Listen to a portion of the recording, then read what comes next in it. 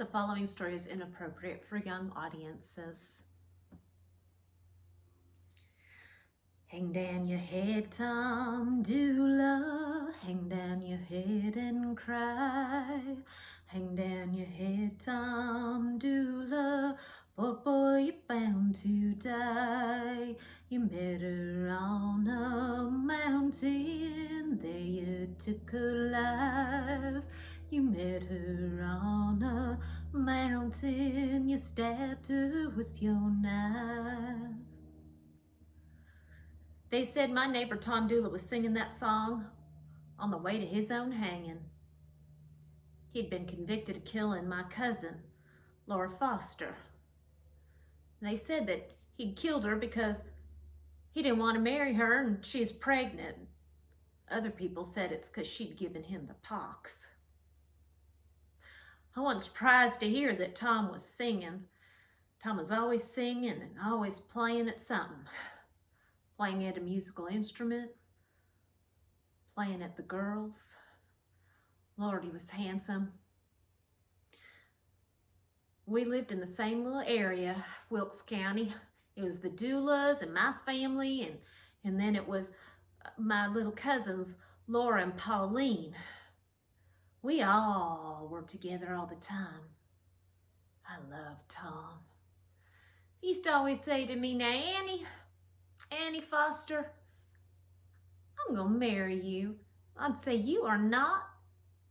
You'll do no such thing because you love all the girls." He said, "No, Annie, I love you the best." I never did believe him. Well, the war came and Tommy went away. He's a little bit younger than me, and while he was gone, my daddy said that I needed to marry somebody. First to come back from the war was James Melton. He's a good, steady man, so I married him. All of Tom's brothers died, but Tom came back. He's so handsome in his uniform. There weren't a girl in all of North Carolina that wouldn't fall for him. My little cousin, Laura Foster, she wasn't so little anymore. Used to be Laura had these big old green eyes, green like the leaves on a tree, and her carroty hair had changed to the color of a chestnut. It was rich and brown. Tom, he noticed her right away. I didn't stop seeing Tom when I was married. You see, there was this one spot that we always used to go. It was up on the mountain, and there was this huge tree. It was the biggest chestnut tree anywhere.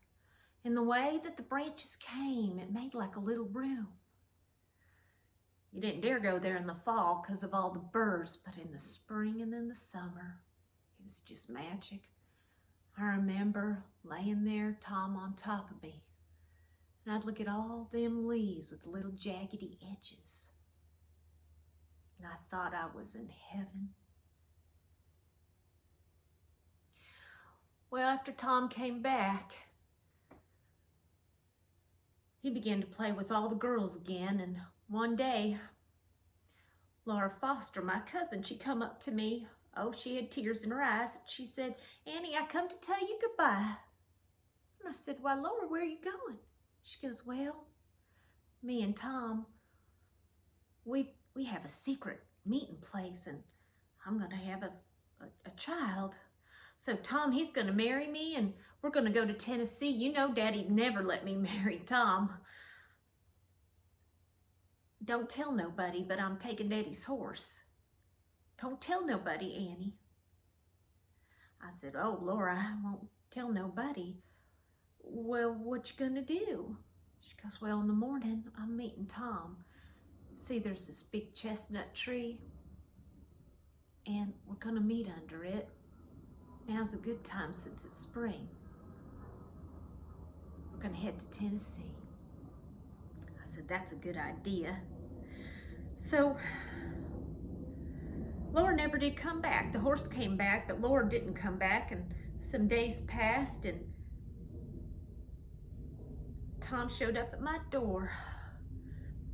He is covered in mud and blood.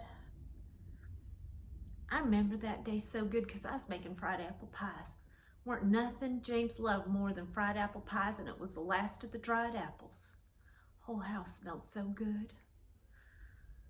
When Tom came to the door, I looked at him and he looked right at me, and we did not even say a word. I just nodded and gave him every last one of them pies. Oh, Lordy, James was so mad. Tom left. Well, they say that Tom's employer, he gave Tom up. That's what they say. Somewhere in Tennessee, posse came and got him and brought him back, and everybody knew that Tom Dooley could never get a fair trial in Wilkes County. So they sent him on down to Statesville. Lots of people, though, they said Tom didn't do it. Why, Tom couldn't even kill anybody in the war. He's just a drummer boy. But Tom, he said, oh no. I stabbed her with my knife. Everybody knew Tom's knife. It had little jaggedy edges. Everybody knew Tom's knife. So he's convicted, and on the way to being hung, he sang that song. Nobody ever forgot it. But Tom and I, we got a secret. We know the words are wrong. We know the words should go like this.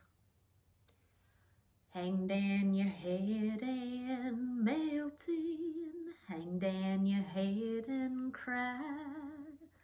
Hang down your head and melting, your poor Tommy's bound to die. You met her on the mountain, you stabbed her with Tom's knife. You killed your cousin so she couldn't be Tom's wife.